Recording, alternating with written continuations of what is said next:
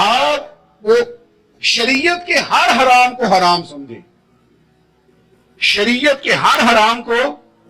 وہ ہم نے 2-4 مسئلے اپنی مرضی کے یاد کیے ہوئے. ہر مرد کو یہ مسئلہ آتا ہے کہ 4 شادیاں جائز ہیں، آتا ہے نا، اور بھی تو بڑا کچھ جائز ہے نا. لیکن اس طرف کیوں نہیں توجہ؟ قرآن مجید کہتا فَتُؤْمِنُونَ بِبَعْضِ الْكِتَابِ وَتَكْفُرُونَ بِبَعْضٍ، کتاب کے بعض حصے کو مانتے ہو، بعض کا انکار کرتے ہو. دل میں غلطی کے لیے نفرت پیدا کریں کہ میں نے غلطی نہیں کرنی.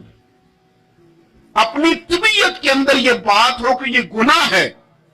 اول تو صحابہ سے خطا ہوتی نہیں، معصوم نہیں ہم انہیں کہتے، محفوظ کہتے ہیں. لیکن اگر کبھی کوئی ایسا واقعہ ہوتا بھی تھا تو وہ ہماری تعلیم کے لیے، ہماری تعلیم کے لیے. آپ دیکھیے بخاری میں موجود ہے، قبیلہ غامدیہ کی عورت آئی. یہاں تو لوگ غلطی کرتے ہیں. اچھا چلے بتائیں، وکیل کو پتا ہوتا ہے کہ نہیں کہ جو میرے پاس آیا اس کا کیس جھوٹا ہے؟ بولیں کیوں لیتا ہے وہ؟ اللہ آپ کو سمجھ اور مجھے بھی سمجھ دے. اور بھائی جج صاحب کو پتا ہوتا ہے کہ نہیں؟ میری سنیں جی، تب سرا بعد میں جی، ابھی کرنٹ ایشو پہ صرف تقریر. تو ہوتا کیا ہے، جب تک آپ اندر سے تسلیم نہیں کر لیتے، بیمار جب تک مانے نہ میں بیمار ہوں تو علاج ہو سکتا ہے. نبی کریم علیہ السلام نے نا لوگوں کا اس طرح تزکیہ کیا ہے کہ ان کے اندر بات ڈال دی کہ اگر غلطی ہو جائے تو پھر غلطی کی معافی کی کوشش کرنی، پھر معافی کی کوشش کرنی. لوگوں کے سامنے حضور نے یہ بات اس طرح کھولی کہ بخاری میں قبیلہ غامدیہ کی ایک عورت کا ذکر ہے اور کنز العمال میں تفصیل سے موجود ہے. وہ خاتون خود آئی، کوئی پکڑ کے نہیں لایا، خود آئی، گرفتار نہیں کیا، لوگوں نے منوایا نہیں، پولیس نے پکڑ کے منوایا نہیں. غلطی ہو گئی لیکن مسلمان تھی نا، بار بار اندر سے طبیعت بے چین ہوتی ہے کہ کیوں غلطی ہو گئی. آ کے عرض کی حضور میں بھول گئی تھی، غلطی کر بیٹھی ہوں. تو محبوب فرماتے ہیں کیسے پتا چلے گا تو نے غلطی کی؟ کہنے لگی میرے پیٹ میں ناجائز بچہ ہے. حضور نے فرمایا اسے لے جاؤ. فرمایا واپس جا، جب بچہ پیدا ہو جائے تو آنا. تو چلی گئی. 2 سپاہی نہیں اس کے ساتھ کھڑے کیے کہ کہیں بھاگ نہ جائے. وہ بچہ پیدا ہوا تو پھر آئی. نبی پاک علیہ السلام نے فرمایا واپس جا، اسے دودھ پلا، جب روٹی کھانے لگے تو پھر آنا. وہ آئی تو بچے کے ہاتھ میں روٹی کا ٹکڑا تھا. محبوب نے بچہ کسی کے حوالے کیا، فرمایا اسے لے جاؤ اور پتھر مار کے سنسار کر دو، سزا دے دی حضور نے. وہ حضور کے سامنے جب کھڑی تھی تو پتہ کیا کہتی تھی؟ کہتی تھی حضور میں رات کو سو نہیں پاتی، اذان سنی نہیں پائی. اس میں بات سمیٹنے لگا ہوں، آپ توجہ فرمائیں. وہ خاتون کو سنسار کیا گیا، انتقال ہو گیا. اب لطف کی بات پتہ کیا ہے؟ اس کا جنازہ بھی میرے نبی کریم نے پڑھایا. کسی شخص نے کوئی جملہ کہہ دیا، کہا کہ یہ کیا بات ہوئی کہ اتنی اس شخص نے غلطی کی، کوئی ایک بات کہہ دی. تو پتہ ہے حضور نے کیا فرمایا؟ نبی کریم علیہ السلام فرمانے لگے اس نے تو ایسی توبہ کی ہے، ایسی توبہ کی ہے، ایسی توبہ کی ہے کہ اگر اپنی ساری امت میں بانٹ دوں تو اللہ سب کی بخشش فرما دے.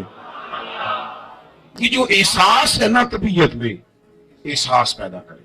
اگر کبھی بھول جائیں، کبھی کسی شخص کے بارے میں دل میں بات آ جائے تو پھر آپ اپنے لیے اس کو کلیئر کریں، صاف کریں، معافی مانگ لیں.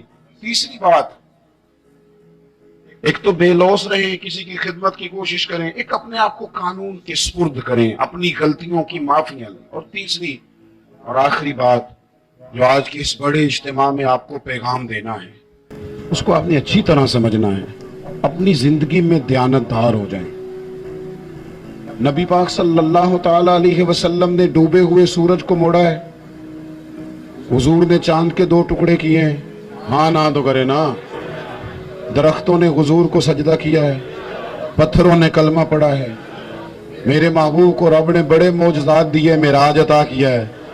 لیکن مسلمانوں سنو، تمہارے اور میرے محبوب کا سب سے پہلا تعارف یہ ہے کہ وہ صادق اور امین ہے. سب سے پہلے لوگوں نے جس نام سے جانا وہ صادق اور امین ہے. یا رسول اللہ مومن بزدل ہوتا ہے؟ فرمایا ہو جاتا ہے کبھی. مومن کنجوس ہوتا ہے؟ کبھی ہو جاتا ہے. یا رسول اللہ مومن جھوٹا ہوتا ہے؟ میرے رسول نے فرمایا نہیں، میرا مومن جھوٹ نہیں بولا کرتا. دیانتدار ہو جائیں، امانت دار ہو جائیں، آپ خوددار ہو جائیں. چھوڑیں آپ. وہ کسی درویش نے کہا تھا لوگوں نے اتنا پایا نہیں جتنا میں نے ٹھکرایا ہے. تھوڑا ٹھکرانا بھی سیکھیں، تھوڑی خودداری بھی پیدا کریں. دیانتدار ہونے کے لیے کفایت شعار ہونا ضروری ہے. تھوڑے پہ گزارا کرنا سیکھیں. ایک وقت روٹی کھائیں. ہم دیہاتی لوگ ہیں، ہمارے بڑے بوڑھوں نے ہمیں سبق پڑھایا ہے کہ گندم سے بڑولا بھر لو اور مرتبان سے اچار بھر لو، پھر تمہیں کسی جگہ جانے کی ضرورت ہے بالکل نہیں، قطعاً نہیں. تھوڑا کھاؤ میرے دوستو، لیکن رزق حلال طیب. اگر امانت دار نہیں رہو گے پھر بھکاری بھی بنو گے، پھر ملاوٹیں بھی کرو گے. پھر تو اس طرح کے برے حالات ہوتے ہیں کہ لوگ جانوں سے کھیلتے ہیں، دوائیوں میں بھی ملاوٹیں کرتے ہیں. امانت داری حضور کی سب سے پہلی تعریف لوگوں نے کی. کبھی بھی زندگی میں کبھی بھی بددیانتی کا مظاہرہ نہ کریں. اور دیانتدار کس کے ساتھ ہونا ہے؟ میں اپنے ممبر سے ہو جاؤں اور کونسلر اپنی کرسی سے ہو جائے، ڈاکٹر اپنے آپ سے ہو جائے، طالب علم اپنے علم سے ہو جائے، استاد اپنی ڈیوٹی سے ہو جائے. استاد کا احترام بڑا ضروری ہے، پر استاد کو اجازت نہیں کہ کلاسیں کھیل رہی ہوں اور استاد سموسے منگا کے کھا رہے ہوں. وہ بھی تو ڈیوٹی کرے نا اپنی ٹائم پہ. مزدور کی مزدوری پسینہ خشک ہونے سے پہلے دینی ہے، پر مزدور کو اجازت نہیں کہ وہ روٹی کھانے جائے تو گھنٹہ وہیں بیٹھا رہے. وہ 10 منٹ کونے میں بیٹھ کے چائے پینے جائے اور 20 منٹ وہ سگریٹ بھی پیتا رہے. آپ اپنے کام سے دیانتدار ہو جائیں، اپنا کام سونا کر کے کرنا شروع کریں، اس میں نفاست لائیں.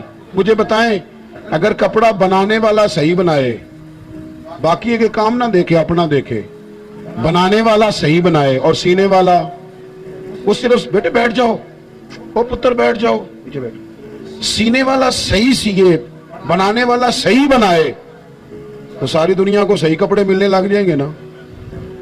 اگر دوائی بنانے والا وہ کوئی اور کام نہ کرے، دوائی صحیح بنائے، تو یہ کام سارا مسئلہ لوگوں کا حل ہوگا کہ نہیں ہوگا.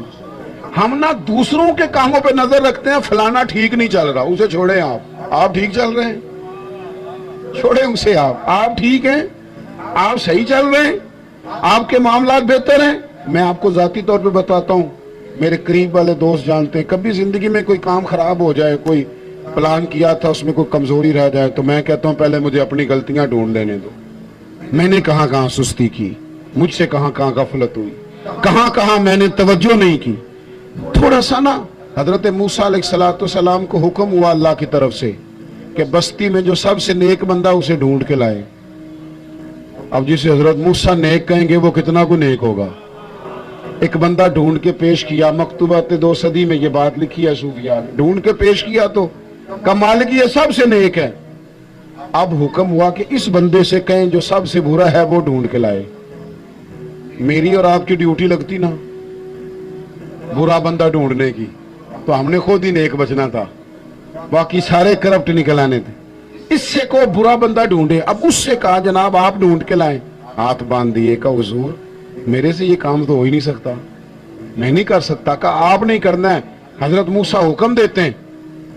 وہ نیک آدمی نے کہا پھر مجھے 3 دن کی مہلت دیں. 3 دنوں کی مہلت ملی. 3 دنوں کے بعد مقررہ وقت پر بندہ ڈھونڈ کے لانا تھا جو سب سے بد ہے معاذ اللہ. کس کو ڈھونڈ کے لائے؟ اپنے گلے میں رسی ڈالی، اپنے گلے روتے تڑپتے لا کے رسی حضرت کلیم کے دست مبارک میں دے کے. کہا حضور کچھ لوگوں کے گناہ میں نے دیکھے تھے، شک تھا کہ انہوں نے کیے ہوں گے، پر وہ میرا شک تھا. لوگوں کی غلطیوں کا صرف شک تھا، پر جو میری ہیں وہ تو پکی ہیں، لہٰذا مجھ سے کوئی نہیں برا. رب کریم نے فرمایا میرے کلیم اسے بتاؤ کہ تیرا جو رب کی بارگاہ میں مقام بنا ہے وہ اسی عاجزی کی برکت سے تو بنا ہے.